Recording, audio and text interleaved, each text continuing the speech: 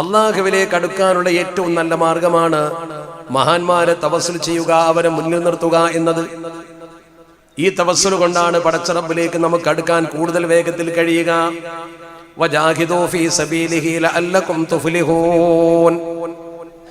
അള്ളാഹുവിന്റെ മാർഗത്തിൽ നിങ്ങൾ പരിശ്രമിക്കുകയും കൂടി ചെയ്താൽ നിങ്ങൾക്ക് വിജയം പ്രാപിക്കാൻ കഴിയും. എത്ര മനോഹരമായിട്ടാണ് ആ പറയുന്നത്. ഇവിടെ എൻ്റെ മുമ്പിലിരിക്കുന്ന പ്രിയപ്പെട്ട സഹോദരങ്ങളൊക്കെ മനസ്സിലാക്കേണ്ട ഒരു കാര്യമുണ്ട്. ആധുനിക ലോകത്തെ നമ്മുടെ പ്രിയപ്പെട്ട ചെറുപ്പക്കാർ അള്ളാഹുവിന്റെ പരിശുദ്ധ ദീനുൽ ഇസ്ലാമിന്റെ അടിത്തറയിലേക്ക് പോകുന്നതിന്റെ പകരം ബാഹ്യ കാര്യങ്ങളിൽ മാത്രം വ്യാപൃതനായിക്കൊണ്ട് അവർ ചോദിക്കുന്ന ഒരു ചോദ്യമുണ്ട്: എന്തുകൊണ്ട് പടച്ച റബ്ബിനോട് നേരിട്ട് പറഞ്ഞാൽ പോരാ? എന്തിനാണ് ഹക്ക് ജാഹ് ബർക്കത്ത് കൊണ്ട് എന്ന് പറഞ്ഞുകൊണ്ടൊക്കെ ഇടതേടാൻ നിൽക്കുന്നത്? അതിന് മറുപടിയാണ് പടച്ച റബ്ബിന്റെ പരിശുദ്ധ ഖുർആൻ വജാഹിദൂ ഫീ സബീലിഹി ലഅല്ലകും തുഫ്ലിഹൂൻ എന്ന് പറയുന്നതിന്റെ മുമ്പ് വബ്തഗൂ ഇലൈഹിൽ വസീല, അല്ലാഹുവിലേക്ക് നിങ്ങൾ വസീല തേടണേ. ഇത് ഖുർആന്റെ നസ്സായ പ്രഖ്യാപനമാണ്. മാത്രമല്ല, നിങ്ങൾ ഓർക്കണം, അങ്ങനെ ചെയ്യുമ്പോൾ നിങ്ങൾ കാണുന്ന കുറവെന്താണ്? ഒരു ഖബറിൽ ചെന്നുകൊണ്ട് നമ്മൾ സിയാറത്ത് ചെയ്യുമ്പോൾ എന്ത് കുറവാണ് സംഭവിക്കുന്നത്? നിങ്ങൾക്ക് നേരെ കൈപൊക്കി പടച്ച റബ്ബിനോട് ചോദിക്കുന്നതിന് പകരം എന്തിനാണ് നിങ്ങൾ ഒരു മക്കാമിൽ പോകുന്നത് എന്ന് ചോദിച്ചാൽ ആദരവിലൂടെ അള്ളാഹുവിലേക്ക് അടുക്കുക എന്നതാണ് അതിന്റെ ലക്ഷ്യം. ആദരവ് അതുപോലെ തന്നെ ആരാധന, ഇത് രണ്ടും രണ്ടാണ്. ആദരവും ആരാധനയും രണ്ടാണ്. ആദരവിലൂടെ പടച്ച റബ്ബിലേക്ക് നമുക്ക് വേഗത്തിലെത്താൻ കഴിയും. എത്രയോ ഉദാഹരണങ്ങളിലെ പരിശുദ്ധ ദീനുൽ ഇസ്ലാമിൽ ഒന്ന് ചിന്തിച്ചു നോക്ക് നിങ്ങൾ. ഒരു ഉദാഹരണം, നമ്മളിൽപ്പെട്ട ഏതെങ്കിലും ഒരു വ്യക്തി അള്ളാഹുവിന്റെ പരിശുദ്ധമായ മസ്ജിദുൽ ഹറാമിൽ എപ്പോഴെങ്കിലും ചെന്നാൽ, ഹറമെന്ന് പറഞ്ഞാൽ വിശാലമായ സ്ഥലമാണ്, അതിലാണ് മസ്ജിദുൽ ഹറാം. അള്ളാഹുവിന്റെ പരിശുദ്ധ ഖുർആൻ പറഞ്ഞ ഇന്ന അവ്വല ബൈത്തിൻ വുദിഅ ലിന്നാസ് ലല്ലദീ ബിബക്കത മുബാറകം വഹുദൽ ലിൽ ആലമീൻ ഫീഹി ആയാതും ബയ്യിനാതും മഖാമു ഇബ്രാഹീം. അല്ലാഹു സുബ്ഹാനഹു വ തആല എടുത്തു പറഞ്ഞ മഖാമു ഇബ്രാഹീമും അതിന്റെ ചരിത്രങ്ങളുമൊക്കെ മനോഹരമായി സ്മരിക്കുന്നതിനെ കുറിച്ച് ഖുർആൻ എടുത്തുദ്ധരിച്ചുകൊണ്ട് ലോകത്തെ ഒന്നാമത്തെ പള്ളിയെ കുറിച്ച് പറയുന്നു. ആ പള്ളി നിൽക്കുന്ന മസ്ജിദുൽ ഹറാമിൽ ഒരു വിശ്വാസി പ്രവേശിച്ചാൽ, ലോകത്തെ ഏത് പള്ളിയിൽ ഒരു വിശ്വാസി കടന്നു ചെന്നാലും ആദ്യം ചെയ്യേണ്ടത് 2 റക്അത്ത് തഹിയ്യത്ത് നിസ്കാരമാണ്. എന്നാൽ മസ്ജിദുൽ ഹറാമിലേക്ക് ഒരാൾ കടന്നു ചെന്നാൽ ആദ്യം ചെയ്യേണ്ടത് തവാഫാണ്. ഉംറക്ക് ഇഹ്റാം ചെയ്ത് ചെന്നാലും ഹജ്ജിന് ഇഹ്റാം ചെയ്ത് ചെന്നാലും ഇഹ്റാം ചെയ്യാതെ ചെന്നാലും ഏത് കാര്യത്തിന് വേണ്ടി നിങ്ങൾ പരിശുദ്ധ ഹറമിൽ പ്രവേശിച്ചാലും മസ്ജിദുൽ ഹറാമിന്റെ തഹിയ്യത്ത് തവാഫാണ്. നിങ്ങൾക്ക് അവിടെ നിസ്കരിക്കാൻ അവസരം ചില സന്ദർഭത്തിൽ അനിവാര്യമായി വരും. ഉദാഹരണം, ഫിഖ്ഹിന്റെ കിതാബിലൊക്കെ പറഞ്ഞിട്ടുണ്ട്, നിങ്ങൾ അവിടെ ചെല്ലുമ്പോൾ ഒരു നിസ്കാരം നിങ്ങൾക്ക് ബാധ്യതയായി നിൽപ്പുണ്ട്. ഉദാഹരണമായി, നിങ്ങൾ ഒരു 3 മണിക്ക് പ്രവേശിച്ചു, ളുഹർ നമസ്കരിച്ചിട്ടില്ല, തവാഫിന് നിന്നാൽ ളുഹർ ഖളാ ആയി പോകും, അപ്പോൾ നിങ്ങൾക്ക് നിസ്കരിക്കാം. നിങ്ങൾ അവിടെ കയറി ചെല്ലുമ്പോൾ ജമാഅത്ത് നടക്കുകയാണെങ്കിൽ അതിൽ കൂടാം. നിങ്ങൾക്കൊരു തവാഫ് ചെയ്യാൻ കഴിയാത്ത വിധം ജനങ്ങൾ ഒന്നാകെ നിറഞ്ഞ് നിർഭരമായി നിൽക്കുന്നു, മതാഫിലേക്ക് ഇറങ്ങാൻ വയ്യ, അങ്ങനെ വരുമ്പോഴും നിങ്ങൾക്ക് നിസ്കരിക്കാം. അല്ലാത്ത സമയത്തൊക്കെ മുന്തിക്കേണ്ടത് തവാഫിനെയാണ്. തവാഫിന്റെ ശേഷമാണ് 2 റക്അത്ത്. ഞാൻ കർമ്മശാസ്ത്രം പഠിപ്പിക്കുകയല്ല, പക്ഷേ നിങ്ങൾ ഓർക്കേണ്ട ഒരു സത്യത്തിലൂടെ നിങ്ങളെ സഞ്ചരിപ്പിക്കുകയാണ്. ബുദ്ധിയും വിവേകവുമുള്ള മനുഷ്യൻ ചിന്തിക്കണം, ആ പരിശുദ്ധമായ നിസ്കാരം 2 റക്അത്ത് നിർവഹിക്കേണ്ടത് തവാഫിന്റെ ശേഷമാണ്. അത് നമ്മുടെ മദ്ഹബിൽ സുന്നത്താണ്, ഹനഫി മദ്ഹബിൽ വാജിബാണ്. അതുകൊണ്ട് തന്നെ 2 മദ്ഹബിലുള്ള അന്തരം കൊണ്ട് അത് വളരെ പ്രധാനമാണെന്ന് ബോധ്യം. ആ 2 റക്അത്ത് നമസ്കാരം നമ്മൾ നിർവഹിക്കുമ്പോൾ അത് എവിടെ നിർവഹിക്കണം? യുക്തി കൊണ്ടും ബുദ്ധി കൊണ്ടും ചിന്തിക്കുന്നവർ, നേരിട്ട് പടച്ച റബ്ബിനോട് ചോദിച്ചാൽ പോരെ എന്ന് ചിന്തിക്കുന്നവർ, ആദ്യം നിസ്കരിക്കാൻ തിരഞ്ഞെടുക്കേണ്ട സ്ഥലമേതാണ്? അവിടുത്തെ ഏറ്റവും പുണ്യപ്പെട്ട സ്ഥലം. നമ്മൾ എന്തെങ്കിലും ഒരു ഭക്ഷണം കഴിക്കുമ്പോൾ അതിന്റെ നല്ല ഭാഗമാണ് എടുക്കുക എന്ന പോലെ മസ്ജിദുൽ ഹറാമിൽ പ്രവേശിച്ച ഒരു മനുഷ്യന് ഏറ്റവും നല്ല ഭാഗം ഏതാ? കഅബയുടെ ഉൾഭാഗമാണ്. പക്ഷെ സാധാരണക്കാരായ നമ്മളെ സംബന്ധിച്ചിടത്തോളം കഅബയുടെ ഉൾഭാഗത്ത് പ്രവേശനമില്ല. എന്നാലും നമുക്ക് പ്രവേശിക്കാവുന്ന കഅബയുടെ ഒരു ഉൾഭാഗമുണ്ട്, അത് ഹിജ്ർ ഇസ്മായിലാണ്. പുണ്യ നബി പറഞ്ഞിട്ടുണ്ട് അത് കഅബയുടെ ഉൾഭാഗമാണ്, അത് കഅബയിൽ പെട്ട ഭാഗമാണെന്ന് ചരിത്രം സാക്ഷ്യം വഹിക്കുന്നുണ്ട്. അവിടെയാണ് മീസാബ് അഥവാ സ്വർണ്ണപ്പാത്തി. മീസാബിന്റെ ചുവട്ടിൽ ദുആ ചെയ്താൽ അത് ഉത്തരം കിട്ടുന്ന പ്രവർത്തനമാണ്. ആ ദഅവത്ത് മുസ്തജാബത്താണ്. അവിടെ ദുആ ചെയ്താൽ ഉത്തരം കിട്ടുമെന്ന് പരിശുദ്ധ തിരുദൂതർ പഠിപ്പിച്ചു. എന്തേ തവാഫ് കഴിഞ്ഞ ശേഷമുള്ള നിസ്കാരം അവിടെ നിസ്കരിക്കാൻ പറയാതിരുന്നത്? രണ്ടാമതൊരു പക്ഷേ നമുക്ക് ഏറ്റവും പ്രിയങ്കരമായ സ്ഥലം തോന്നുക കഅബയുടെ പുറത്താണെങ്കിലും ഹജറുൽ അസ്വദിന്റെ മൂലയാണ്. എന്താണ് അതിന്റെ പ്രത്യേകത? വക്കില ബിഹി 70 മലക്കാ, 70 മലക്കുകളെ പടച്ച റബ്ബ് അവിടെ നിയോഗിച്ചിരിക്കുന്നു. നിങ്ങൾ അവിടെ സഞ്ചരിക്കുന്ന സമയത്ത് എന്തെങ്കിലും പറഞ്ഞാൽ ദുആ ചെയ്താൽ യുഅമ്മിനൂന അലാ മാ തഖൂലൂൻ, നിങ്ങൾ അല്ലാഹുവിനോട് ചോദിക്കുന്നതിന് ഒരു ഉത്തരം പറയും. മലക്കുകൾ ഉത്തരം പറയുന്ന മനോഹരമായ സ്വർഗ്ഗത്തിൽ നിറക്കപ്പെട്ട കല്ല് അർറുക്നു വൽ മഖാം യഖൂതതാനി മിൻ യവാഖീതിൽ ജന്ന ഖാല റസൂലുള്ളാഹി സ്വല്ലല്ലാഹു അലൈഹി വസല്ലം. അല്ലാഹുവിന്റെ പുണ്യ നബി പറഞ്ഞു, ഹജറുൽ അസ്വദും അതുപോലെ തന്നെ ഹിജർ ഇസ്മാഈലും സ്വർഗ്ഗത്തിൽ നിന്ന് കൊണ്ട് ഹജറുൽ അസ്വദും അതുപോലെ തന്നെ മഖാം ഇബ്രാഹിമും സ്വർഗ്ഗത്തിൽ നിന്ന് കൊണ്ടുവന്ന 2 കല്ലുകളാണ്. അതുകൊണ്ട് തന്നെ ആ ഹജറുൽ അസ്വദിന്റെ സമീപത്ത് മലക്കുകൾ 70 എണ്ണം എപ്പോഴും ഉണ്ടാകും. ചിലപ്പോൾ മാലായുഗസ, കണക്കാക്കാൻ പറ്റാത്ത അത്ര മലക്കുകൾ ഉണ്ടാകുമെന്നും ഹദീസിൽ വന്നിട്ടുണ്ട്. അത്രമാത്രം മലക്കുകൾ കൂടി നിൽക്കുന്ന സ്ഥലത്ത് എന്തുകൊണ്ട് നിസ്കരിച്ചുകൂടാ? നിസ്കരിച്ചാൽ ശരിയാകുമോ ഇല്ലയോ, കടം വീടുമോ ഇല്ലയോ എന്നതല്ല. അവിടെ നിസ്കരിക്കാനല്ലല്ലോ ഒന്നാം സ്ഥാനം കൽപ്പിച്ചു നിർദ്ദേശിച്ചത്. അത് കഴിഞ്ഞാൽ പിന്നെ നമുക്ക് വേണമെങ്കിൽ മുൽത്തസം എന്ന് പറയുന്ന ഏറ്റവും കൂടുതൽ ഉത്തരം കിട്ടുന്ന കഅബയുടെ വാതിൽപ്പടിയും ഹജറുൽ അസ്വദും തമ്മിലുള്ള 2 മീറ്റർ അകലമുള്ള സ്ഥലത്ത് നിന്ന് നിസ്കരിച്ചാൽ അവിടെ എന്തോ ഒരു പുണ്യമുണ്ട് എന്നതിന്റെ തെളിവാണ്. ജനങ്ങൾ അവിടെ കവിളൊട്ടിച്ചുകൊണ്ട് പ്രാർത്ഥിച്ചു കൊണ്ടിരിക്കും. അതുകൊണ്ടാണ് ആ സ്ഥലത്തിന് മുൽത്തസം എന്ന പേരു തന്നെ കിട്ടിയത്. ആ സ്ഥലത്ത് നിന്ന് ദുആ ചെയ്താൽ ഉത്തരം കിട്ടുമെന്ന് ഉറപ്പ്. അവിടെയും നിസ്കരിക്കാൻ പറഞ്ഞില്ലല്ലോ, വാതിലിന്റെ മുമ്പിൽ പറഞ്ഞിട്ടില്ല. അവിടെ നിസ്കരിച്ചാൽ ശരിയാകുമോ ഇല്ലയോ എന്നതല്ല. പിന്നെ ഒരു സ്ഥലമുണ്ട് നമുക്ക് ഇഷ്ടപ്പെട്ട സ്ഥലം, റുക്നുൽ യമാനി. തവാഫിൽ പോലും തൊട്ടുമുറ്റൽ സുന്നത്തുള്ള സ്ഥലം. ആ റുക്നുൽ യമാനിയുടെ സമീപത്തുള്ള പ്രത്യേകത എന്താണ്? അലർ റുക്നുൽ യമാനി മലക്കാനി യുഅമ്മിനാൻ. എപ്പോഴും അതിൽ സഞ്ചരിക്കുന്നവരുടെ ദുആക്ക് ഉത്തരം പറയുന്ന, ദുആക്ക് ആമീൻ പറയുന്ന 2 മലക്കുകൾ അവിടെ സാന്നിധ്യമുണ്ട്. എന്തുകൊണ്ട് അവിടെ നിസ്കരിച്ചുകൂടാ? ഞാനീ പറഞ്ഞ പുണ്യപ്പെട്ട നമ്മുടെ ബുദ്ധിക്ക് യോജിക്കുന്ന ഈ സ്ഥലങ്ങളൊക്കെ ഒഴിവാക്കിയിട്ട് അല്ലാഹു റബ്ബുൽ ഇസ്സത്ത് നിസ്കരിക്കാൻ പറഞ്ഞത് വത്തഖിദൂ മിൻ മഖാമി ഇബ്രാഹീമ മുസല്ലാ, നിങ്ങൾ ഇബ്രാഹിം മഖാമിന്റെ പുറകിൽ നിസ്കരിക്കണേ. എന്താണ് ഇബ്രാഹിം മഖാം?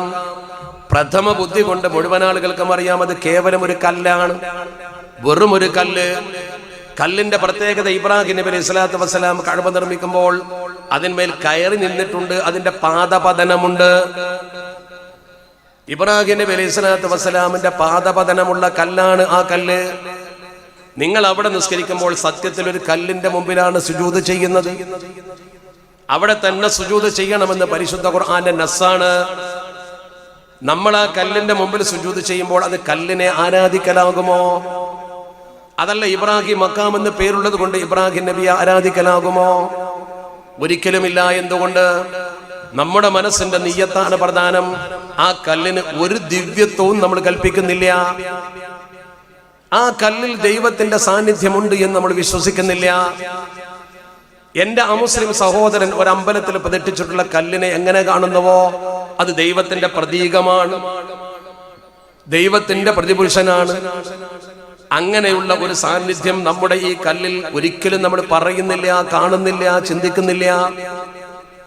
പിന്നെ എന്താണ് അവിടെ ചെയ്യേണ്ടത്?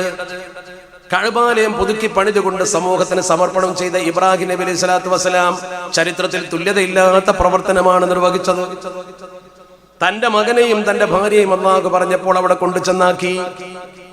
ആ മകൻ വളർന്നപ്പോൾ മകനെ കൂട്ടി പരിശുദ്ധമായ കഅബാലയം പണിതു.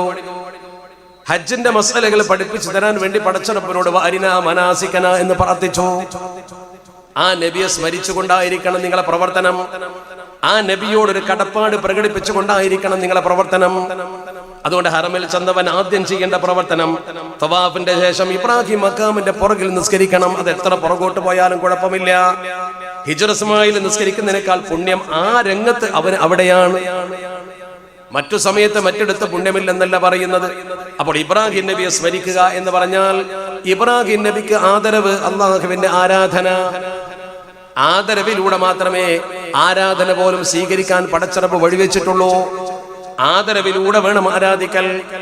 സന്തോഷത്തോടെ ഒരു മക്ബറിൽ കിടക്കുന്ന മഹാന്റെ തൃപ്തി കിട്ടിയാൽ പടച്ചറബിലേക്ക് ആ ദുആ ഉയരും. എന്തുകൊണ്ട്?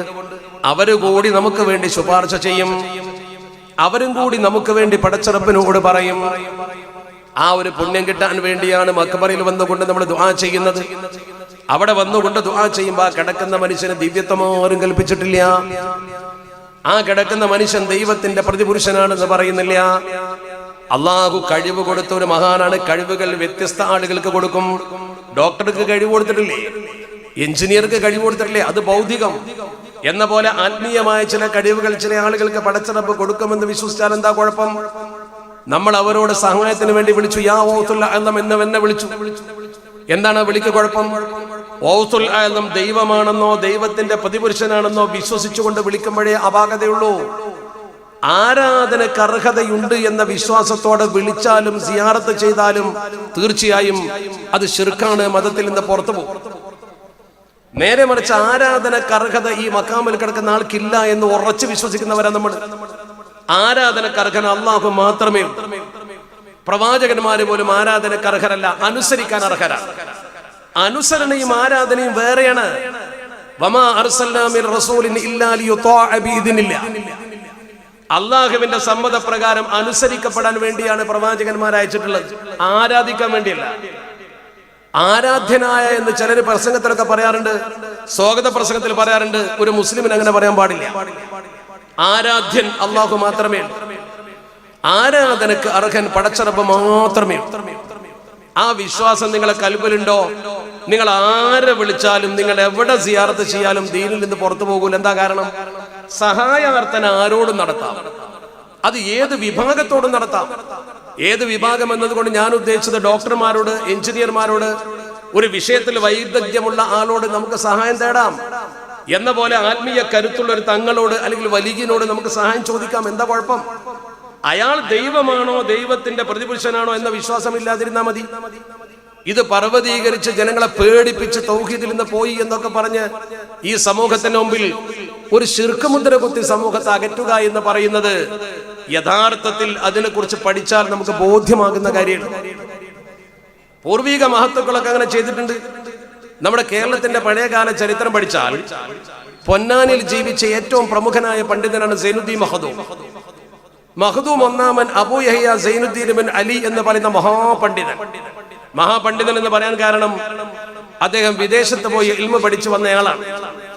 അദ്ദേഹത്തിന്റെ പ്രധാനപ്പെട്ട ഗുരുനാഥൻ ഷെയ്ഖുൽ ഇസ്ലാം സക്കരിയ അൽ അൻസാരി റഹ്മത്തുള്ളാഹി അലൈഹി തങ്ങളാണ്. അസ്ഹറിൽ പഠിക്കുമ്പോഴത്തെ ഗുരുവാണ്.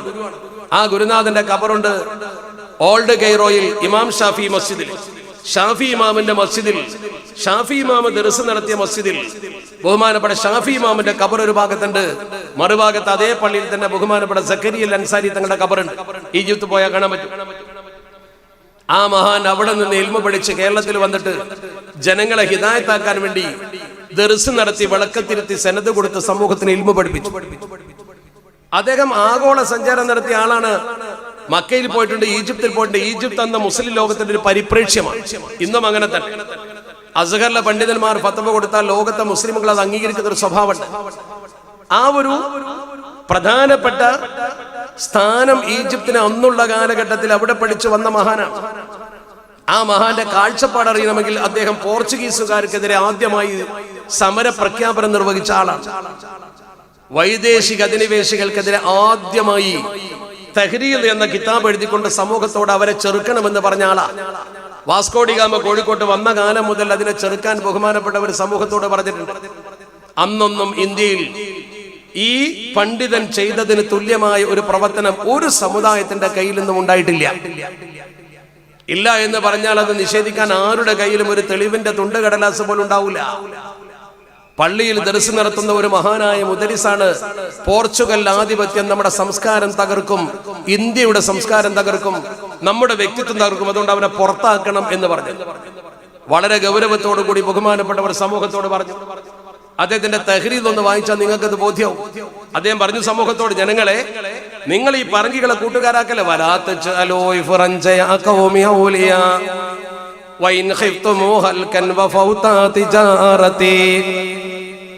ഓ ജനങ്ങളെ, നിങ്ങൾ പറങ്കികളെ ഒരിക്കലും കൂട്ടുകാരാക്കി നിർത്തണ്ട, അവർ നിങ്ങൾക്ക് അപകടം ചെയ്യും.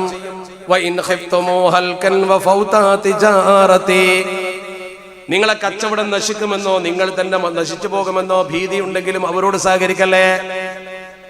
നിങ്ങൾക്ക് കച്ചവടം നഷ്ടപ്പെടുന്നതിനേക്കാൾ നിങ്ങളെ കച്ചവടം നഷ്ടപ്പെടൽ തന്നെയാണ് നല്ലത്, അവരെ കൂട്ടുപിടിക്കുന്നതിനേക്കാൾ.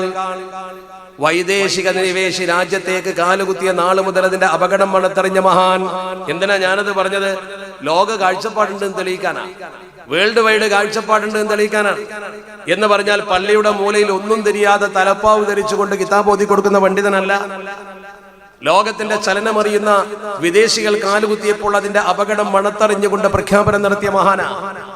ആ മഹാൻ തന്റെ ബഹുമാനപ്പെട്ട പിതൃവ്യൻ ഇബ്രാഹിം അലിയുൽ മഅബരി എന്ന് പറയുന്ന മഹാപണ്ഡിതൻ മരിച്ചു കിടക്കുന്ന പൊന്നാനിൽ ഒരു കബറുണ്ട്. ആ കബറുകൾ സ്ഥിരമായി സിയാറത്ത് ചെയ്തിരുന്നു, ആളുകളെ കൂട്ടിക്കൊണ്ടുപോയി സിയാറത്ത് ചെയ്തിരുന്നു. അതുകൊണ്ട് തന്നെ ചരിത്രത്തിൽ ആ പള്ളി പൊന്നാനിയിൽ നിങ്ങൾ ചെന്നാൽ അറിയപ്പെടുന്ന സിയാറത്ത് പള്ളി. മഖ്ദൂം സിയാറത്ത് ചെയ്ത പള്ളിക്ക് ജനം കൊടുത്ത പേരാണ് സിയാറത്ത് പള്ളി. കേരളത്തിൽ ദീൻ പഠിപ്പിച്ച മഖ്ദൂം തങ്ങൾക്ക് സിയാറത്ത് ചെയ്യാമെങ്കിൽ പിന്നെ നമുക്ക് എന്തുകൊണ്ട് ചെയ്തുകൂടാ? അദ്ദേഹം ഒരു മക്ബറയിലേക്ക് പോയെങ്കിൽ എന്തുകൊണ്ട് മക്ബറയിലേക്ക് നമുക്ക് പോയിക്കൂടാ? എവിടെ നിന്നാണ് നമ്മൾ ഈ വാദം അംഗീകരിക്കുക? ഞാൻ ആരെയും കുറ്റപ്പെടുത്താനോ ആക്ഷേപിക്കാനോ വേണ്ടിയല്ല, നമുക്ക് മനസ്സിലാകാൻ, അതും നമ്മുടെ പുതുതലമുറക്ക് മനസ്സിലാക്കാൻ വേണ്ടി, ചെറുപ്പക്കാർക്ക് വേണ്ടി മാത്രമാണ് പറയുന്നത്.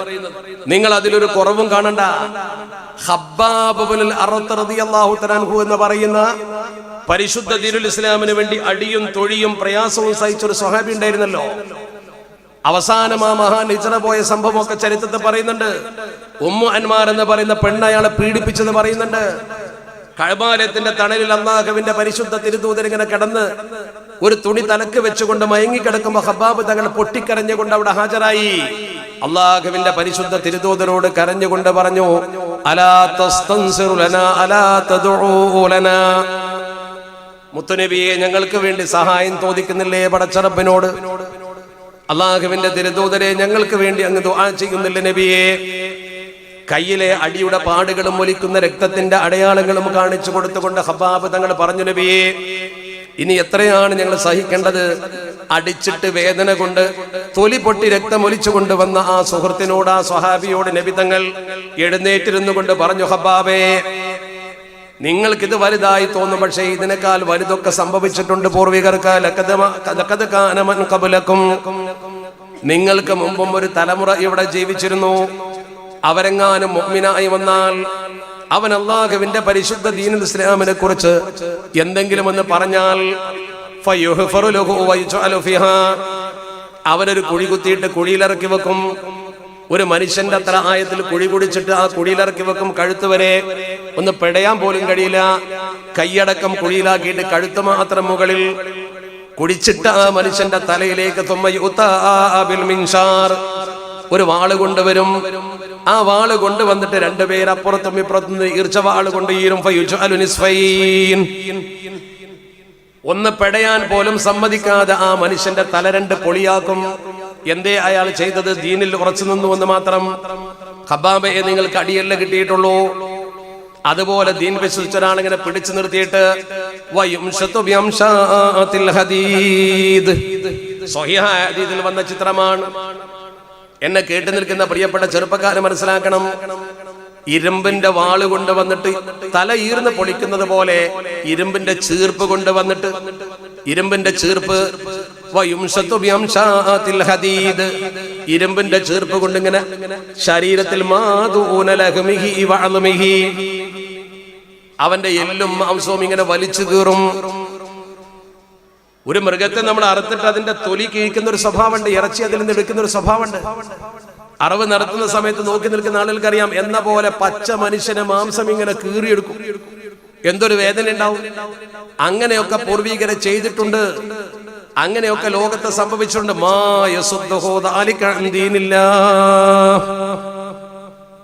അതുകൊണ്ടൊന്നും അവർ അള്ളാഹുവിന്റെ പരിശുദ്ധ ദീനിനെ വിട്ടേച്ച് പോയിട്ടില്ല. അവർ അള്ളാഹുവിന്റെ പരിശുദ്ധ ദീൻ അതുകൊണ്ടൊന്നും വലിച്ചെറിഞ്ഞിട്ടില്ല. ഹബാബ് അവിടെ ക്ഷമിക്ക്. സ്വനായിൽ നിന്ന് ഹദ്റമൗത്ത് വരെ ചെന്നായല്ലാതെ, ആടുകളെ പിടിക്കുന്ന ചെന്നായല്ലാതെ ഒരുത്തനെയും പേടിക്കാതെ ഒരു പെണ്ണിന് നടന്നു വരാവുന്ന ഒരു കാലഘട്ടം വരും. ഹബാബ് ധൈര്യമായി പറഞ്ഞു കൊടുത്തു, അഷ്റഫുൽ ഖൽഖ് മുഹമ്മദ് മുസ്തഫ സ്വല്ലല്ലാഹു അലൈഹി വസല്ലം. അങ്ങനെയുള്ള പ്രഗൽഭനായ ഒരു സ്വഹാബി അള്ളാഹുവിന്റെ പരിശുദ്ധ തിരുദൂതർ പഠിപ്പിച്ചു കൊടുത്ത പോലെ ക്ഷമിച്ച് ജീവിച്ച് മരിച്ചുപോയി.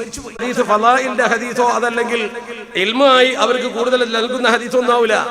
മറിച്ച് നിലവിൽ നമ്മൾ ചെയ്തുകൊണ്ടിരിക്കുന്ന പ്രക്രിയകളെ എതിർക്കുന്ന ഹദീസുകൾ എവിടെന്നെങ്കിലും പഠിച്ചു വരും. അത് പ്രത്യേകം പഠിക്കുന്നതിനോ ലാ തശുദ്ദു റിഹാൽ ഇല്ലാ ഇലാ സലാസതി മസാജിദ. അങ്ങനെയാണ്. നിങ്ങൾ 3 പള്ളിയിലേക്കല്ലാതെ ഒരിക്കലും യാത്ര പോകരുത്. നിങ്ങൾ സിയാറത്ത് ഉദ്ദേശിച്ചുകൊണ്ട് 3 പള്ളിയിലേക്ക് പോകാൻ പാടുള്ളൂ.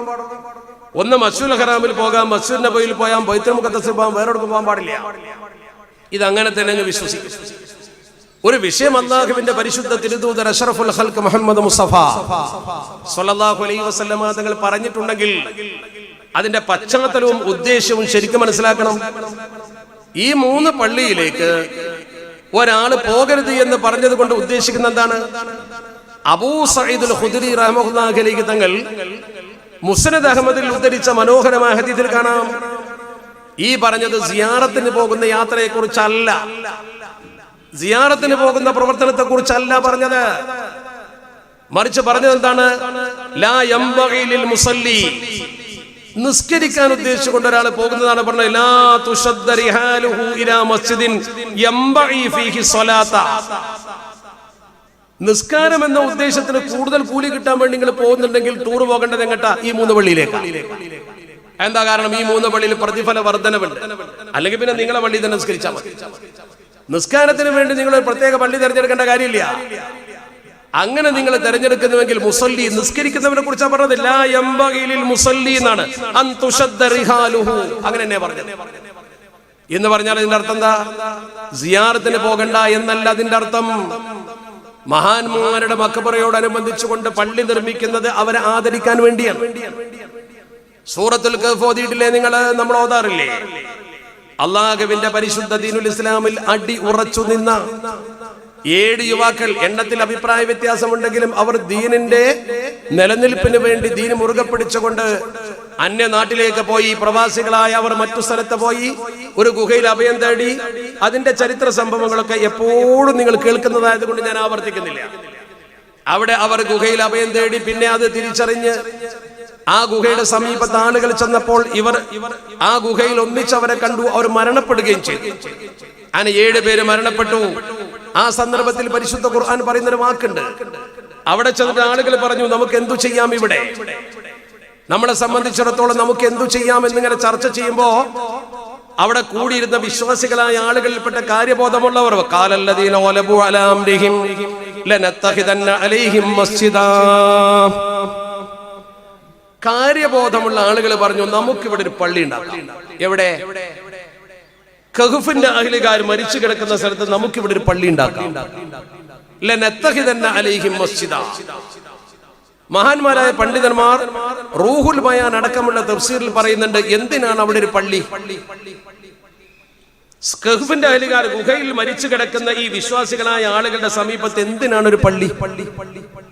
കാസർഗോട്ടുകാരെ കുറിച്ച് പലരും തമാശക്ക് കളിയാക്കി പറയാറുണ്ട്, അവരൊരു മക്ബർ വെക്കും പിന്നെയാണ് പള്ളി ഉണ്ടാക്കുക. അങ്ങനെ പറയാറുണ്ട്.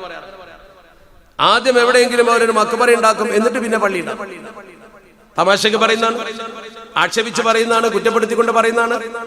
പക്ഷെ നമ്മൾ ഓർക്കണം, സൂറത്തുൽ കഹ്ഫിൽ പറയുന്ന ഈ 7 യുവാക്കളുടെ സമീപത്ത് അന്നത്തെ വിശ്വാസികൾ ചെന്ന് അവർ മരണപ്പെട്ട് കിടക്കുന്ന സമയത്ത് അവർ പറഞ്ഞു, വഖാലല്ലദീന ഗലബു അലാ അംരിഹിം ലനത്തഖിദന്ന അലൈഹിം മസ്ജിദാ, നമുക്ക് ഇവിടെ ഒരു പള്ളി ഉണ്ടാക്കാം.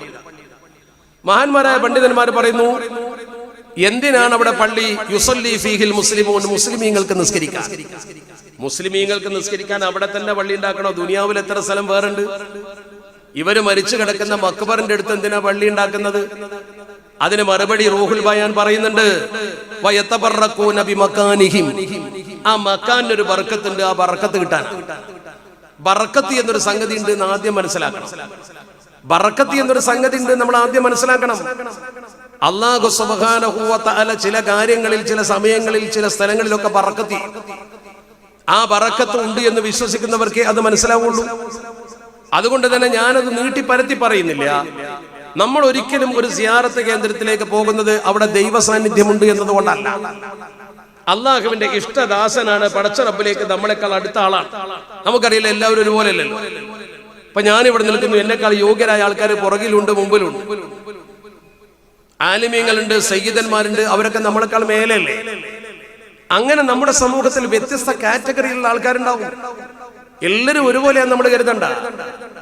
ഇസ്ലാമിനും ഒരു പ്രോട്ടോകോളൊക്കെ അള്ളാഹു പ്രോട്ടോകോൾ അവതരിപ്പിച്ചിട്ടുണ്ടല്ലോ.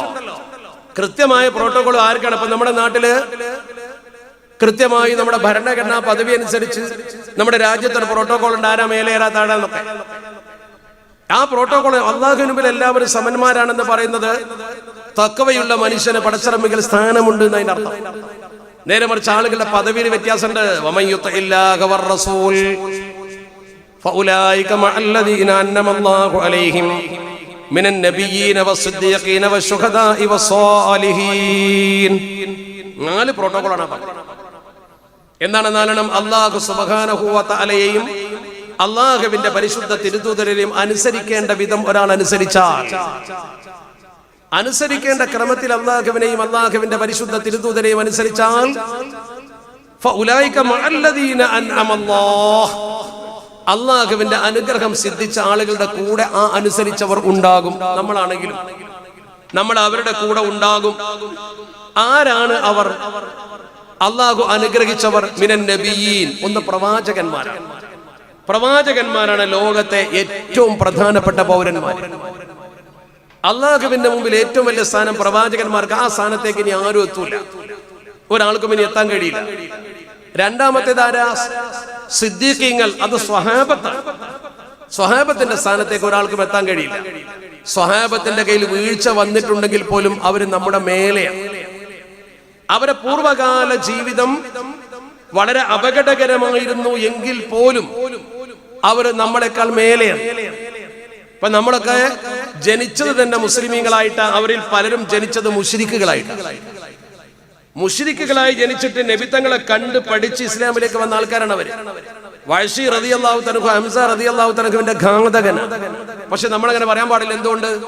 ആ പേര് കേൾക്കുമ്പോൾ റളിയല്ലാഹു അൻഹു എന്ന് പറയണം. ഹംസ റളിയല്ലാഹു തആലയെ കൊന്ന ആളെ നമ്മൾ എന്തുകൊണ്ട് ആദരിക്കുന്നു? സ്വഹാബിയായതുകൊണ്ട്. സ്വഹാബിക്കൊരു മഹത്വമുണ്ട്, അങ്ങോട്ട് പിന്നെ ആരും എത്തൂല. പിന്നൊന്ന് ശുഹദാക്കള, രക്തസാക്ഷികൾ, അവർ നമ്മളെക്കാൾ എത്രയോ മേലല്ലേ. എല്ലാവരും അല്ലാഹുവിൽ തുല്യരാണെന്ന് പറഞ്ഞുകൊണ്ട് എല്ലാത്തിനും ഒരു മാനദണ്ഡം കൽപ്പിക്കരുത്. 4-മത്തേത് പരിശുദ്ധ ഖുർആൻ പറഞ്ഞത് അല്ലാഹുവിന്റെ സ്വാലിഹീങ്ങളായ അടിമകൾ, അവരാണ് ഈ കിടക്കുന്ന ആളുകൾ.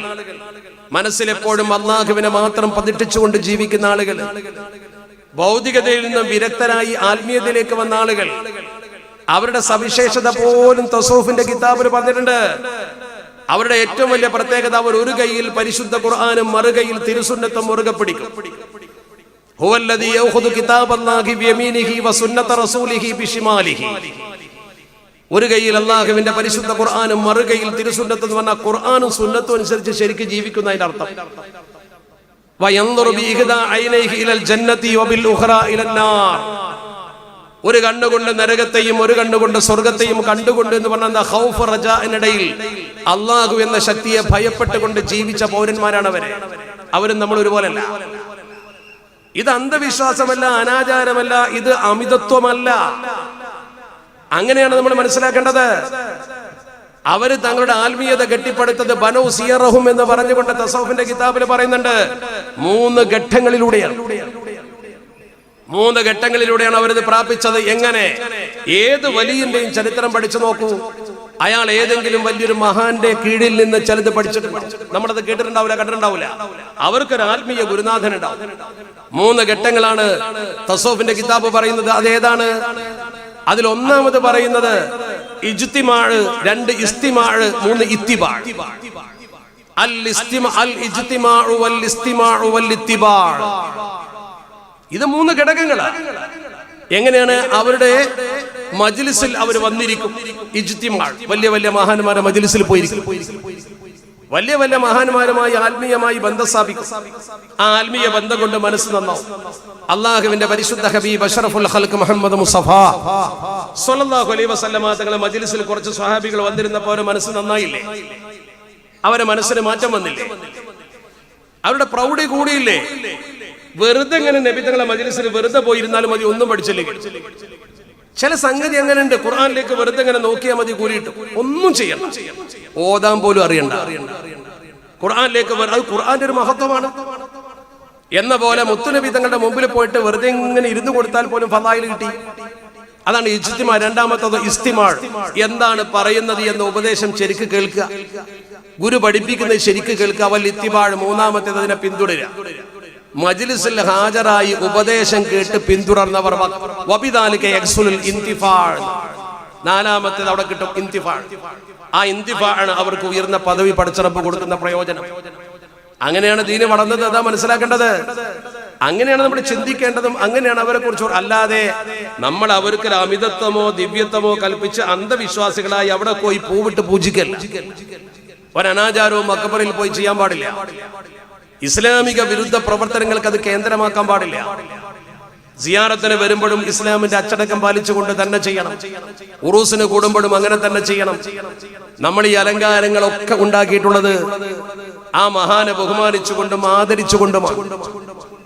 ചിലപ്പോ തോന്നും അത് ഇസ്രാഫ് അല്ലേ എന്ന് തോന്നും പലർക്കും. ഇസ്രാഫ് എന്ന് പറഞ്ഞാൽ മഹാന്മാര് പഠിപ്പിച്ചു ലാ സറഫ ഫിൽ ഖൈർ വലാ ഖൈറ ഫി സറഫ്. അങ്ങനെയാണ്. ലാ ഖൈറ ഫി സറഫ്. ഇസ്രാഫിൽ ഒരു ഖൈറും ഇല്ല. അമിതമായി ചെലവഴിച്ചാൽ ഒരു ഖൈറും കിട്ടൂല. പക്ഷേ വലാ സറഫ ഫിൽ ഖൈർ. ഖൈറായ കാര്യത്തിന് നിങ്ങൾ കുറച്ച് ചെലവാക്കിയാലും അത് ഇസ്രാഫ് അല്ല. രണ്ടും കൂട്ടി വായിക്കണം. ഒരു മഹാനെ ആദരിക്കാൻ വേണ്ടി നമ്മൾ കുറച്ചൊക്കെ സൗകര്യങ്ങളൊക്കെ ചെയ്തു. വലാ സറഫ ഫിൽ ഖൈരി. ഖൈറിൽ ഇസ്രാഫില്ല. ഖൈറിൽ ഇസ്രാഫില്ല. ഇക്റാമിൽ ഇസ്രാഫില്ല. ഒരു വലിയ മനുഷ്യനെ ബഹുമാനിക്കാൻ വേണ്ടി നമ്മൾ കുറച്ചൊക്കെ കൂടുതൽ സൗകര്യം ഏർപ്പെടുത്തി, കുഴപ്പമില്ല.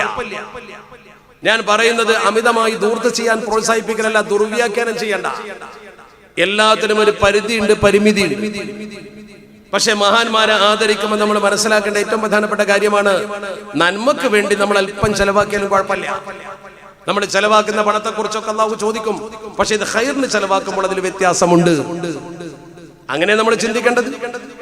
നമ്മൾ ഓരോരുത്തരും ആ മഹാന്മാരെ കുറിച്ച് ഒന്ന് ചിന്തിച്ച് മനസ്സിലാക്കിയാൽ അവരുടെ ജീവിതം ചിട്ടപ്പെടുത്തിയത് എങ്ങനെ എന്ന് കൃത്യമായി മനസ്സിലാക്കാൻ കഴിയും.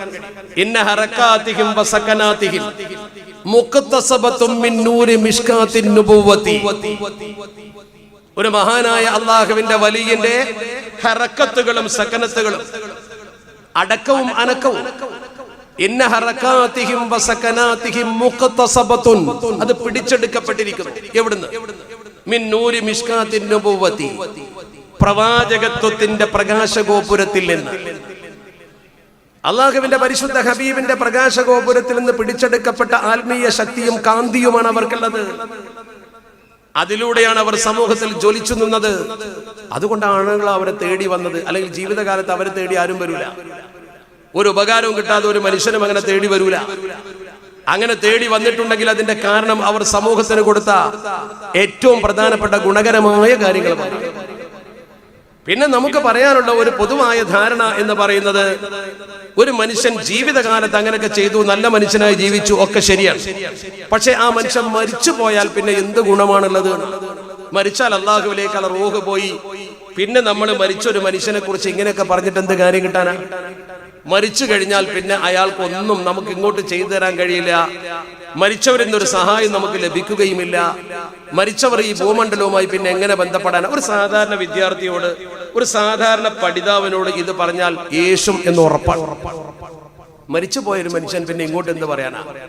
മരിച്ചുപോയൊരു മനുഷ്യൻ പിന്നെ ഇങ്ങോട്ട് എന്ത് കിട്ടാനാ? ഒന്നും ഉണ്ടാവില്ലല്ലോ. പിന്നെ നമ്മൾ അത് സംബന്ധമായി മരണപ്പെട്ട ഒരാളെ കുറിച്ച് വല്ലതും പറഞ്ഞാൽ അത് കെട്ടുകഥകളാണ്, അത് വെറുതെ പെരുപ്പിച്ചുണ്ടാക്കുന്നതാണ് എന്നൊക്കെ പറഞ്ഞുകൊണ്ട് സമൂഹത്തിൽ പലതരത്തിലുള്ള പ്രചരണങ്ങൾ പലരും നടത്തും. അടിസ്ഥാനപരമായ കാര്യം പറയുന്നതുകൊണ്ട് ഒരു കുഴപ്പമില്ല. പക്ഷെ അന്ധവിശ്വാസം പറയരുത്, അനാചാരം പറയരുത്, ഇല്ലാത്ത കെട്ടുകഥകൾ വെറുതെ പറയേണ്ട കാര്യമില്ല. ആവശ്യമില്ലാത്ത കറാമത്തുകൾ പൊരിപ്പിച്ച് പറഞ്ഞുകൊണ്ട് ജനസമൂഹത്തിന്റെ മുമ്പിൽ അത് അവതരിപ്പിച്ചുകൊണ്ട് ജനങ്ങളെ തെറ്റിദ്ധരിപ്പിക്കേണ്ട ഒരു കാര്യവുമില്ല. ഉള്ളത് തന്നെ ധാരാളം പറയാനും ഉള്ളത് തന്നെ ധാരാളം പറയാറുണ്ട്. ആ ഉള്ള കാര്യം ഉള്ളതുപോലെ ഉദ്ധരിക്കുമ്പോൾ അത് ആര് പറഞ്ഞു, എങ്ങനെ പറഞ്ഞു എന്നൊക്കെ നമുക്ക് സമൂഹത്തോട് പറഞ്ഞു കൊടുക്കാൻ കഴിയും. ഞാൻ അതിലേക്ക് പോകുന്നില്ല. വിമർശനം എങ്ങനെയുമാകാം, വിമർശകർക്ക് വിമർശിക്കാം, നമ്മൾ അതിനൊന്നും എതിരല്ല. ഇന്ത്യ ഒരു സ്വതന്ത്ര രാജ്യമാണ്, ആർക്കും എന്താ അഭിപ്രായവും പറയാം. നമ്മൾ ആരെയും കുറ്റപ്പെടുത്തിയിട്ട് ഫലമില്ല. കാലഘട്ടത്തിൽ അങ്ങനെയൊക്കെ ഉണ്ടാവും. പക്ഷേ അടിസ്ഥാനപരമായി ചെറുപ്പക്കാർ മനസ്സിലാക്കണം, ഒരാൾ മരിച്ചു പോയാൽ പാടെ പിരിഞ്ഞു പോയി എന്ന് കരുതണ്ട, പാടെ പിരിച്ചു വിട്ടു എന്ന് കരുതണ്ട. എന്തുകൊണ്ട്? മരിച്ചു പോയ ഒരാൾക്ക് ചില കാര്യങ്ങൾ ഇങ്ങോട്ട് പറയാനും മനസ്സിലാക്കി തരാനും ഒക്കെ കഴിയും. ഇനി അത് പറഞ്ഞാൽ അത് വലിയ അന്ധവിശ്വാസമാകും. അതിനാണ് ഞാൻ തെളിവ് സഹിതം ഒരു ഉദാഹരണം പറയാം. നിരവധി ഉദാഹരണങ്ങൾ ചരിത്രത്തിലുണ്ട്. എന്നാൽ ഒരു ഉദാഹരണം ഞാൻ പറയുന്ന ഉദാഹരണം വളരെ മനോഹരമായി തൊബറാനി ഉദ്ധരിച്ചതാണ്. അതുപോലെ തന്നെ ഹാക്കിം മുസ്തദ്റക്കിൽ ഉദ്ധരിച്ചതാണ്. ചരിത്രത്തിൽ മനോഹരമായി രേഖപ്പെടുത്തി വെച്ചതാണ്. ഈ സംഭവം നടക്കുന്നത് സാബിത്ത് ഇബ്നു ഖൈസ് റളിയല്ലാഹു തആല അൻഹുമായി ബന്ധപ്പെട്ടാണ്. സാബിത്ത് ഇബ്നു ഖൈസ് റളിയല്ലാഹു തആല അൻഹു പ്രവാചകനല്ല. പ്രവാചകന്മാർക്ക് ചില കഴിവുണ്ടെന്ന് ചിലർ പറയുന്നുണ്ട്. നമ്മൾ നേരത്തെ വിശ്വസിക്കുന്നുണ്ട്. ആ കഴിവുകൾ തെളിയിക്കപ്പെട്ടതാണ്. അള്ളാഹു ആ കഴിവ് അവർക്ക് കൊടുത്തിട്ടുണ്ട്, ശരിയാണ്. എന്നാൽ പ്രവാചകനല്ലാത്ത സാധാരണക്കാരനായ ഒരു സ്വഹാബി സാബിത്ത് ഇബ്നു ഖൈസ് റളിയല്ലാഹു തആല, അദ്ദേഹത്തിന്റെ സവിശേഷത അള്ളാഹുവിന്റെ പരിശുദ്ധ തിരുദൂതൻ അഷ്റഫുൽ ഖൽഖ് മുഹമ്മദ് മുസ്തഫ സ്വല്ലല്ലാഹു അലൈഹി വസല്ലമ തങ്ങൾ പ്രബോധനത്തിന്റെ എല്ലാ മേഖലകളിലും പ്രഗൽഭരെ അംഗീകാരം കൊടുത്തു നിർത്തിയിരുന്നു. അതിൽപ്പെട്ട ഒന്നാണ് ലേഖനങ്ങൾ എഴുതുന്നതിനും മറ്റുള്ളവർ കൊണ്ടുവരുന്ന കത്തുകൾ എഴുതുന്നതിനും ഖുർആൻ എഴുതുന്നതിനും ഒക്കെ ചുമതലപ്പെടുത്തിയ കാത്തിബുർ റസൂൽ സയ്യിദ് ഇബ്നു സാബിത്ത് റളിയല്ലാഹു തആല. കവിതകൾ ചൊല്ലിക്കൊണ്ട് സമൂഹത്തിന് ഇസ്ലാമിനെ ബോധ്യപ്പെടുത്തി കൊടുക്കുന്ന മനോഹരമായ കവിതയുടെ ഉടമ ഹസാൻ ഇബ്നു സാബിത്ത് റളിയല്ലാഹു തആല. ഇതിനൊക്കെ ഇസ്ലാമിലെ പ്രബോധനത്തിൽ വലിയ സ്ഥാനമുണ്ട്. എന്ന പോലെ പ്രസംഗത്തിന് പ്രബോധനത്തിൽ വലിയ സ്ഥാനമുണ്ട്. കാര്യങ്ങൾ ഇങ്ങനെ ബോധ്യപ്പെടുത്തി കൊടുക്കുക എന്ന് പറഞ്ഞാൽ അതിന് പറ്റിയ ഒരാളായിരുന്നു സാബിത്ത് ഇബ്നു ഖൈസ് റളിയല്ലാഹു തആല. ഈ സാബിത്ത് ഇബ്നു ഖൈസ് റളിയല്ലാഹു തആല ഉദ്ധരിക്കുന്ന ഒരു സംഭവം ചരിത്രത്തിൽ കാണാൻ കഴിയും. നോക്കൂ നിങ്ങൾ. യമാമ യുദ്ധത്തിൽ ബഹുമാനപ്പെട്ടവർ ധീരമായി പൊരുതി. അങ്ങനെ യമാമ യുദ്ധത്തിൽ അദ്ദേഹം ധൈര്യമായി. യമാമ യുദ്ധം വലിയ പ്രതിസന്ധിയുടെ യുദ്ധമായി. നിങ്ങൾക്കറിയാം, ഇസ്ലാമിനെതിരെ പ്രവാചകത്വം വാദിച്ചുകൊണ്ട് കടന്നു വന്ന മുസൈലിമത്തുൽ കദ്ദാബിന്റെ കാലഘട്ടത്തിൽ മുസ്ലിം ഉമ്മത്ത് അതിനെ ചെറുക്കാൻ വേണ്ടി ദിശനാപരമായ പ്രവർത്തനങ്ങളൊക്കെ നടത്തി അവൻ അക്രമത്തിലേക്ക് നീങ്ങപ്പോൾ ആ രീതിയിൽ തന്നെ നേരിട്ട് അയാളുമായി നടന്ന യുദ്ധമാണ് യമാമ യുദ്ധം. ആ യമാമ യുദ്ധത്തിൽ ധീരമായി പങ്കെടുത്ത വ്യക്തിയാണ് മുസൈലിമക്കെതിരെ സാബിത്ത് ഇബ്നു ഖൈസ്, സാലിം മൗല, അബീ ഹുദൈഫ തുടങ്ങിയ മഹത്തുക്കളൊക്കെ അവർ ഷഹീദായി. യുദ്ധത്തിൽ മരിച്ചു, ഷഹീദായി എന്ന് മാത്രമല്ല മറമാടുന്ന ആളുകളൊക്കെ പങ്കെടുത്തു. മറമാടി ഖബറിൽ അവരെ മറമാടിയതിന്റെ ശേഷം അന്നത്തെ രാത്രി നടന്ന ഒരു സംഭവം വളരെ ഗൗരവമായി പറയുന്നു. അങ്ങനെ അദ്ദേഹം മരണപ്പെട്ടതിന്റെ ശേഷം അള്ളാഹുവിന്റെ പരിശുദ്ധ ദീൻ പഠിപ്പിക്കുന്ന ഒരു കാര്യം നോക്കൂ നിങ്ങൾ. അദ്ദേഹം മരണപ്പെട്ടതിന്റെ ശേഷം കഥകൾ ഉദ്ധരിച്ചുകൊണ്ട് ഇസ്ലാമിന് ആളെ കൂട്ടേണ്ട ഒരു കാര്യവും നമുക്കില്ല. കിതാബിൽ പറഞ്ഞൊരു കാര്യം ഞാൻ ഉദ്ധരിക്കുക മാത്രമാണ്. ഇനി നമ്മൾക്ക് ഇല്ലാത്തത് പറഞ്ഞു എന്ന് പറഞ്ഞ് വെറുതെ ആക്ഷേപം ഉണ്ടാക്കേണ്ട കാര്യമില്ല. അങ്ങനെ ബഹുമാനപ്പെട്ട സാബിത്ത് ഇബ്നു ഖൈസ് റളിയല്ലാഹു തആല അൻഹു അദ്ദേഹത്തിന്റെ സഹപ്രവർത്തകനായി ഒപ്പം സമരം ചെയ്തിരുന്ന ഒരു സമരഭടനോട് സ്വപ്നത്തിൽ വന്നിട്ട് പറഞ്ഞു. എന്താണ്? അദ്ദേഹം ഇത് അതാഹു ഫീ മനാമിഹി ഫഖാല ലഹു, ഈ വ്യക്തി ഉറങ്ങിക്കിടക്കുമ്പോൾ അദ്ദേഹം വന്നിട്ട് പറഞ്ഞു, ഊസീക ബി വസിയത്തിൻ, എനിക്കൊരു വസിയത്ത് ചെയ്യാം. കണ്ടോ, മരിച്ചുപോയ ആൾ ഇങ്ങോട്ട് വസിയത്ത് ചെയ്യാം. ഇന്നലെ ഖബറിലിറക്കിയ ആൾ വസിയത്ത് ചെയ്യണം. എന്താ വസിയത്ത് ചെയ്യുന്നത്? ഇയ്യാക അൻ തഖൂല ഹാദാ ഹുലുമുൻ ഫതുയ്യഹു. ആമുഖമായി തന്നെ പറഞ്ഞു, നീ ഒരു കാര്യം മനസ്സിലാക്കണം, ഞാൻ ഇപ്പൊ നിന്നോട് പറയുന്ന സംഗതി ഒരു പാഴ്സ്വപ്നമാണെന്ന് കരുതണ്ട, കള്ളസ്വപ്നമല്ല. കാരണം കള്ളസ്വപ്നം കാണുന്ന ആൾക്കാരൊക്കെ പിന്നെ വരുന്നതായിരിക്കും അതിന്റെ അർത്ഥം. ഞാൻ ഈ പറയുന്ന കാര്യം കള്ളസ്വപ്നമല്ല, നീ ശരിക്കും മനസ്സിലാക്കണം. എന്താ പറയുന്നത്? അദ്ദേഹം കൃത്യമായി പറഞ്ഞു കൊടുത്തു. ഇന്നി ലമ്മാ ഖുതിൽതു മർറബി റജുലുൻ മിനൽ മുസ്ലിമീന ഫഅഖദ ദിർഈ. ഇന്നലെ ഞാൻ കൊല്ലപ്പെട്ടതിന്റെ ശേഷം എന്റെ പടയെങ്കി ഒരു മനുഷ്യൻ എടുത്തു കൊണ്ടുപോയി വെച്ചിട്ടുണ്ട്. ആ സംഭവം ശരിക്കും അങ്ങനെ പറഞ്ഞു കൊടുത്തു എന്ന് മാത്രമല്ല, വമൻസിലുഹു, അവന്റെ വീടുള്ളത് ഫി അഖ്സൻ നാസി, ജനങ്ങൾ താമസിക്കുന്നതിന്റെ അങ്ങേ അറ്റത്താണ്. വഇൻദ ഖിബാഇഹി ഫറസുൻ, അവന്റെ ഹൈമന്റെ അടുത്ത് ഒരു കുതിരയുണ്ട്. ആ കുതിര അതിന്റെ സമീപത്തുണ്ട്. അതിന്റെ പാത്രത്തിലാണ് വെച്ചിട്ടുള്ളത്. ആ പാത്രത്തിൽ ഒരു മൂടിയും വെച്ചിട്ടുണ്ട്. 1 by 1 ആയിട്ട് ആ നിൽക്കുന്ന സ്ഥലം, ഈ സഹോദരൻ അടി എടുത്തു കൊണ്ടുപോയി വെച്ച സ്ഥലം, അത് വെച്ച പാത്രം, ആ പാത്രത്തിന്റെ സമീപത്തുള്ള മൃഗം ആ പാത്രത്തിന് വെച്ച മൂടി 1 by 1 ആയിട്ട് സ്വപ്നത്തിൽ ഇങ്ങനെ പറഞ്ഞു കൊടുത്തു. ഹദീസിന്റെ കിതാബിലുണ്ട്, താരീഖിന്റെ കിതാബിലുണ്ട്, എല്ലാവരും അംഗീകരിക്കുന്ന താരീഖിന്റെ കിതാബുകളിലൊക്കെ ഉണ്ട്. എന്നിട്ട് അദ്ദേഹം അവസാനം പറഞ്ഞത് എന്താണ്? ഫഅതി ഖാലിദ് ഇബ്നുൽ വലീദ്. അതുകൊണ്ട് ഞാൻ നിന്നോട് ഇപ്പൊ സ്വപ്നത്തിൽ പറയുന്നത്, നീ നാളെ ഖാലിദ് ഇബ്നുൽ വലീദ് റളിയല്ലാഹു തആല അടുത്ത് പോകണം. അതെന്താ കാരണം? ഖാലിദ് ഇബ്നുൽ വലീദ് റളിയല്ലാഹു തആല ആ സൈന്യത്തിന്റെ ക്യാപ്റ്റനാണ്, സൈനിക നായകൻ. ഖാലിദ് റളിയല്ലാഹു തആല അടുത്ത് പോകണം. എന്നിട്ട് ഈ വിവരങ്ങളൊക്കെ നീ ഒന്ന് പറഞ്ഞു കൊടുക്കണം. എന്റെ പടയെങ്കിൽ ഇന്ന ആളെടുത്തു, അവന്റെ വീടിന്റെ സ്ഥലത്താണ്, അത് നിൽക്കുന്ന പാത്രം ഇന്ന സ്ഥലത്താണ്, അതിന്റെ സ്ഥലത്തിന്റെ അടയാളങ്ങളൊക്കെ ഉണ്ട്, കൃത്യമായിട്ട് വരച്ച അടയാളം കാണിച്ചു പറഞ്ഞു കൊടുത്തു. അവിടെ ഖാലിദ് റളിയല്ലാഹു തആലയോട് ചെന്നിട്ട് ഇത് പറയണം, അത് തിരിച്ചെടുക്കണം, അത് ബൈത്തുൽ മാലിലുള്ളതാ. അതെന്താ? അത് ഒനീമത്ത് സ്വത്താ, ഒരാൾക്ക് സ്വന്തം അങ്ങനെ എടുക്കാനുള്ളതല്ല. അതുകൊണ്ട് അത് തെറ്റാണ്, അത് അവരിൽ നിന്ന് തിരിച്ചു പിടിക്കണം. മിൻ ഇന്ദി ആഖിരി, അത് ആരെ കയ്യിലാണോ അവിടുന്ന് തിരിച്ചു പിടിക്കണം എന്ന് പറഞ്ഞു കൊടുത്തു. അതുകൊണ്ട് ഖാലിദ് റളിയല്ലാഹു തആല നാളെ പോയിട്ട് അത് പറയണം. എന്നിട്ട് ഒരു വസിയത്ത് കൂടി ചെയ്തു. എന്താ വസിയത്ത്? വഇദാ ഖദിംതൽ മദീനത അലാ ഖലീഫത്തി റസൂലില്ലാഹി സ്വല്ലല്ലാഹു അലൈഹി വസല്ലം, യുദ്ധമൊക്കെ കഴിഞ്ഞ് നിങ്ങൾ നേരെ മദീനത്ത് ഇസ്ലാമിന്റെ ഖലീഫയുടെ സമീപത്ത് ചെല്ലുമ്പോൾ, യുദ്ധം കഴിഞ്ഞ് നിങ്ങൾ ഖലീഫയുടെ സമീപത്തെത്തുമ്പോൾ, മദീനയിലെത്തുമ്പോൾ, യഅനി അബൂബക്കർ സിദ്ദീഖ്, ഖലീഫ എന്നുകൊണ്ട് ഉദ്ദേശിച്ച സിദ്ദീഖ് അക്ബർ തങ്ങളെയാണ്. നിങ്ങൾ യുദ്ധമൊക്കെ കഴിഞ്ഞ് പിരിച്ചുവിട്ട് അബൂബക്കർ സിദ്ദീഖ് റളിയല്ലാഹു തആലയുടെ സമീപത്ത് നിങ്ങൾ എത്തുമ്പോൾ ഫഖുൽ ലഹു, നിങ്ങൾ അദ്ദേഹത്തോട് പറയണം. എന്താ പറയേണ്ടത്?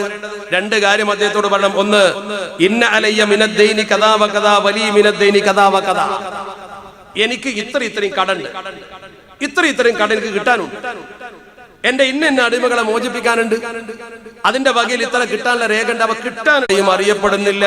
ഉജീസത്ത് വസിയ്യത്തുഹു ബഅദ മൗതിഹി, മരിച്ചതിന്റെ ശേഷം അവന്റെ വസിയത്ത് നടപ്പാക്കിയ ഒരു സംഗതി. വസിയത്ത് നടപ്പാക്കും. ജീവിച്ചിരിക്കുമ്പോ വസിയത്ത് ചെയ്ത പിതാക്കളുടെ വസിയത്ത് മക്കൾ നടപ്പാക്കും.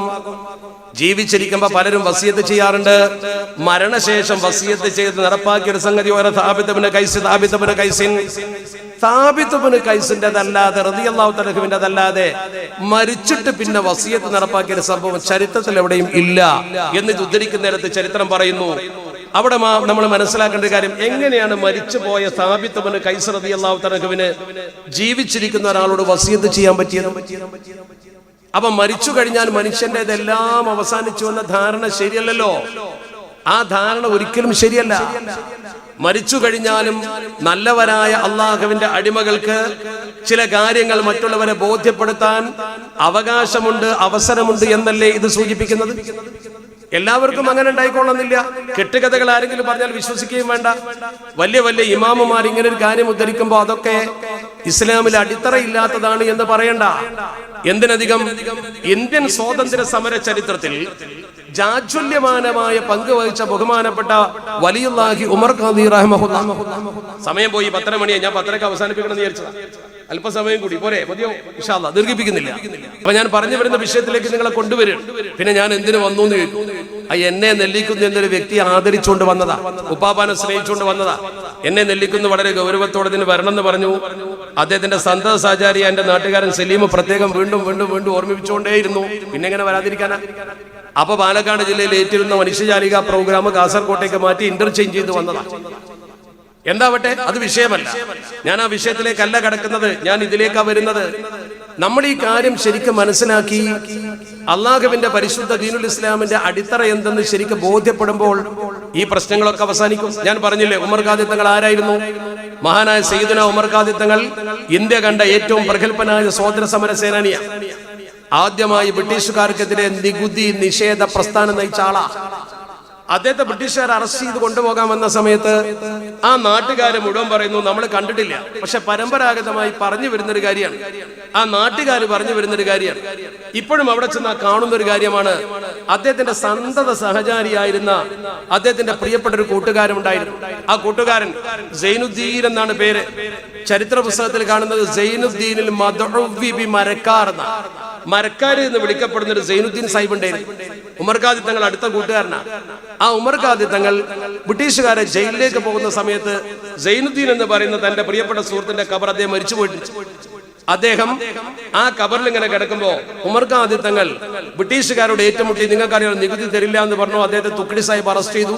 തുക്കടി സാഹിബ് അദ്ദേഹത്തെ ഹാജരാക്കാൻ പറഞ്ഞു. ഹാജരാക്കി. തുക്കടി സാഹിബിനോട് അദ്ദേഹം ദേഷ്യം പിടിച്ച് അങ്ങോട്ടും ഇങ്ങോട്ടും സംസാരിച്ചു. തുക്കടി സാഹിബ് അദ്ദേഹത്തോട് ചോദിച്ചു, നിങ്ങൾ എന്താ നികുതി തരാത്തത്? അദ്ദേഹം പറഞ്ഞു, ഞാൻ നികുതി തരൂല. എന്തുകൊണ്ട്? നിങ്ങൾ ലാലിമീങ്ങളാണ്, ലാലിമീങ്ങളായ ഗവൺമെന്റിന് നികുതി തരാൻ ഞങ്ങൾ ബാധ്യസ്ഥരല്ല എന്ന് പറഞ്ഞു. അങ്ങനത്തെ ഒരു വാക്ക് ബ്രിട്ടീഷുകാരുടെ മുഖത്ത് നോക്കി ഇന്ത്യ മഹാരാജ്യത്ത് ആദ്യം പറഞ്ഞത് ഉമർ ഖാദി തങ്ങളാ. നോക്കണം നിങ്ങൾ, ഗാന്ധിജി ജനിക്കുന്നതിന്റെ 50 കൊല്ലം മുമ്പ്. അവിടെ നിങ്ങൾ പഠിക്കേണ്ടത്. നമ്മുടെ പൗരത്വം ചോദ്യം ചെയ്യാൻ വരുമ്പോ പറഞ്ഞു കൊടുക്കണം, ഗാന്ധിജി എന്ന ഇന്ത്യയുടെ രാഷ്ട്രപിതാവ് ജനിക്കുന്നതിന്റെ 50 കൊല്ലം മുമ്പ് ഉമർ ഖാദി തങ്ങൾ ബ്രിട്ടീഷുകാരോട് പറഞ്ഞു, നികുതി തരൂല. എന്തുകൊണ്ട്? നിങ്ങൾ ലാലിമ്യങ്ങളാണ്, ഈ നാട് ഞങ്ങളുടേതാ, ഞങ്ങളുടെ നാടിന് നിങ്ങൾക്ക് നികുതി തരാൻ പറ്റൂല. അപ്പോഴാ സാഹിബ് ചോദിച്ചത്, വാട്ട് ഡു യു സേ? സാഹിബിന്റെ ഭാഷ ദേഷ്യം പിടിച്ചപ്പോ വന്നു. ഉമർ ഖാദി തങ്ങൾ അതേ ഭാഷയിൽ തിരിച്ചടിച്ചു, മാതാ തഖൂലിയ ബത്താൽ. അങ്ങനെ കുഴപ്പം തുടങ്ങണത്. അങ്ങനെയാണ് അദ്ദേഹത്തെ അറസ്റ്റ് ചെയ്തത്. അറസ്റ്റ് ചെയ്തു. ജയിലിൽ നിന്ന് അദ്ദേഹം എങ്ങനെയോ രക്ഷപ്പെട്ടു. അദ്ദേഹം കോടഞ്ചേരി പള്ളിയിൽ ഒന്ന് സുബഹി നിസ്കരിച്ച് വെളിയങ്കോട്ടെത്തി. സെർച്ച് വാറന്റുമായി പോലീസ് വരുമ്പോൾ വെളിയങ്കോട്ടെ പള്ളിയിൽ നിന്ന് നിസ്കരിച്ചിരിക്കുന്നു. അവിടുന്ന് പിടികൂടിയിട്ട് കൊണ്ടുപോകുന്ന സമയത്ത് ജനങ്ങളൊക്കെ വാശി പിടിച്ചു. അദ്ദേഹത്തെ നടത്തി കൊണ്ടുപോകാൻ പറ്റൂല, പല്ലക്കിലേക്ക് കൊണ്ടുപോകാം. പട്ടാളക്കാർ പറഞ്ഞു പറ്റൂല, പോലീസ് പറഞ്ഞു പറ്റൂല, കുറ്റവാളിയെ നടത്തിയേ കൊണ്ടുപോകാൻ പറ്റുള്ളൂ. ജനങ്ങൾ മുഴുവൻ അങ്ങ് തടഞ്ഞു. അദ്ദേഹത്തെ സ്നേഹിക്കുന്ന ശിഷ്യഗണങ്ങൾ അമുസ്ലിങ്ങൾ പോലും ഉണ്ടായിരുന്നു. അവസാനം പട്ടാളക്കാർ പറഞ്ഞു, എങ്ങനെയെങ്കിലും ഒന്ന് കോഴിക്കോട് എത്തിച്ചെന്നാൽ മതി. അദ്ദേഹത്തെ പല്ലക്കിലെ കൊണ്ടുപോയത്, അറസ്റ്റ് ചെയ്ത വ്യക്തിയെ പല്ലക്കിൽ കൊണ്ടുപോയ ചരിത്രാദ്യ. പോകാൻ വേണ്ടി അദ്ദേഹം ഒരുങ്ങുന്ന സമയത്ത് ആ കബറിനെ നോക്കിക്കൊണ്ട് പറഞ്ഞു, തരാം മരക്കാരെ, ഞാൻ ബ്രിട്ടീഷുകാരെ ജയിലിലേക്ക് പോവാണ് എന്ന് അത്ര പറഞ്ഞു. പറഞ്ഞ വാക്ക് കേട്ട് കബർ പൊട്ടി. ഇത് പറയുമ്പോ പലർക്കും അതിശയോക്തിയായിട്ട് തോന്നുന്നവർ വിശ്വസിക്കണ്ട, കളിയാക്കണ്ടെന്ന് വെച്ചാൽ മതി. അത് പൊട്ടി. വെളിയങ്കോട്ടുകാര് പറഞ്ഞതും ചരിത്ര പുസ്തകത്തിലുള്ളതാണ്. കബറ് പൊട്ടി എന്ന് പറഞ്ഞാൽ എന്താ? വാചകം അവിടെ കേട്ടപ്പോ അദ്ദേഹത്തിന്റെ പ്രിയപ്പെട്ട സുഹൃത്തിന് എന്തോ ഒരു പ്രത്യേക വികാരം ഉണ്ടാവും. അല്ലെങ്കിൽ അള്ളാഹു അങ്ങനെ ചെയ്തു, അള്ളാഹു പൊട്ടിച്ചു എന്ന് പറഞ്ഞാൽ പോരെ. മൗലിദിലുണ്ടല്ലോ അദ്ദേഹത്തിന്റെ താരീഖിൽ, വമിൻ കറാമാതിഹിൽ കുബ്റല്ലതി ശുഹിറത് ശക്കുല്ലി ഖബരി മരകാരിൻ കമാ ലഹറ. വമിൻ കറാമാതിഹി, ഉമർ ഖാദി തങ്ങളുടെ വലിയ കറാമത്തിൽപ്പെട്ടതാണ്.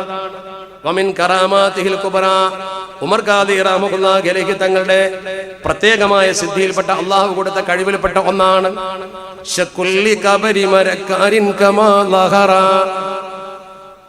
ഖബർ മരക്കാർ എന്ന് പറയുന്നതിന്റെ സുഹൃത്തിന്റെ ഖബറിന്റെ പൊട്ട് എവിടെയാണത്? ഹാദാ ബി ഖുർബി മസാരി ശൈഖി ഖിസ്സതുഹു മഅലൂമത്തുൻ ശഖുൽ മദ്കൂറു ഹൈതു യുറാ. ഹാദാ ബി ഖുർബി മസാരി ശൈഖ്, മഹാനായ ഉമർ ഖാദി തങ്ങളാകുന്ന ശൈഖിന്റെ ഖബറിന്റെ സമീപത്താണ് ആ ഖബറും. ഹാദാ ബി ഖുർബി മസാരി ശൈഖി ഖിസ്സതുഹു മഅലൂമത്തുൻ ശഖുൽ മദ്കൂറു ഹൈതു യുറാ. ഖബർ പൊട്ടിയ സംഭവം എല്ലാവർക്കും അറിയാവുന്ന, ഇന്നും കാണപ്പെടുന്ന ഒരു സത്യമാണ്. വെളിയങ്കോട്ടുകാർ അങ്ങനെ വിശ്വസിക്കുന്നു, നമ്മൾ കണ്ടിട്ടൊന്നുമില്ല, ചരിത്രത്തിൽ അങ്ങനെ പറയുന്നത്. അപ്പൊ മരിച്ചുപോയ ഒരാളെ സംബന്ധിച്ചിടത്തോളം ആ ആൾക്ക് അല്ലാഹു സുബ്ഹാനഹു വ തആല കഴിവ് കൊടുത്താൽ ചിലതൊക്കെ ചെയ്യാൻ പറ്റും. അല്ലാഹുവിന്റെ മഹാന്മാരായ ഔലിയാന്റെ ശരീരം വിധം തന്നെ ഖബറിൽ ഉണ്ടാകുമെന്ന് കൃത്യമായി പരിശുദ്ധ ദീൻ പഠിപ്പിച്ചതും അങ്ങനെയുള്ള സംഭവങ്ങൾ ധാരാളം തെളിയിക്കപ്പെട്ടതുമല്ലേ. കാസർഗോഡ് പോലും അങ്ങനത്തെ ഒരു അനുഭവം ഉണ്ടായിട്ടുണ്ടല്ലോ. ഞാനിപ്പോ അതിലേക്കൊന്നും പോകുന്നില്ല. ഈ കറാമത്തുകളും മറ്റു കഥകളും പറഞ്ഞുകൊണ്ട് പെരുപ്പിക്കലല്ല എന്റെ ജോലി. പക്ഷെ നമ്മൾ മനസ്സിലാക്കണം, അടിസ്ഥാനപരമായി ഇതിന്റെ മുന്നിൽ നമ്മൾ അള്ളാഹുവിന്റെ ദീൻ എന്ത് പറയുന്നു എന്ന് നോക്കി വേണം ഇത് പറയാൻ. തരത്തിലുള്ള ഒരു ആത്മീയത നമ്മുടെ സമൂഹത്തിന് നഷ്ടപ്പെട്ടു പോകരുത്. എന്നാൽ അന്ധവിശ്വാസം ഉണ്ടാവുകയും ചെയ്യരുത്, അനാചാരത്തിലേക്ക് വഴുതി പോവുകയും ചെയ്യരുത്. വിശ്വസിക്കേണ്ടത് അള്ളാഹു ഏകനാണെന്നാണെങ്കിൽ, ഉലൂഹിയത്തിന് അർഹൻ പടച്ചറബ് മാത്രമേ ഉള്ളൂവെങ്കിൽ, ഇബാദത്ത് പടച്ചറബിന് മാത്രമേ അർഹിക്കപ്പെടാൻ പാടുള്ളൂ എങ്കിൽ അതാണ് നമ്മൾ വിശ്വസിക്കുന്നത്. ബാക്കിയുള്ള ആരെയും നമ്മൾ ആരാധിക്കുന്നില്ല, ആദരിക്കുന്നേ ഉള്ളൂ. ആരാധനയും ആദരവും നമ്മൾ ശരിക്ക് വ്യതിരിക്തമാക്കി മനസ്സിലാക്കി സമൂഹത്തോട് പറഞ്ഞാൽ പ്രശ്നം തീരും. നല്ലവരുടെ കൂടെ നിൽക്കണമെന്ന് ദീനിന്റെ താല്പര്യമാണ്. അതുകൊണ്ടാണ് പരിശുദ്ധ ഖുർആൻ കൂനൂ മഅ സ്വാദിഖീൻ എന്ന് പറഞ്ഞത്. നല്ല മനുഷ്യന്മാരുണ്ട് ഇവിടെ. വല്ലദീ ജാഅ ബിസ്സിദ്ഖി വസദ്ദഖ ബിഹി ഉലൈക ഹുമുൽ മുത്തഖൂൻ. സത്യം കൊണ്ടുവരികയും സത്യത്തിന്റെ മേൽ നിലകൊള്ളുകയും ചെയ്തൊരു സമൂഹമുണ്ട് ഇവിടെ. ആ സമൂഹമാണ് അല്ലാഹുവിന്റെ മുത്തഖീങ്ങളായ അടിമകൾ. ആ മുത്തഖീങ്ങളായ അടിമകളുടെ കൂടെ നിങ്ങൾ നിന്നാൽ അള്ളാഹുവിന്റെ പരിശുദ്ധ ദീൻ പറഞ്ഞു നിങ്ങൾക്ക് ഗുണം കിട്ടും.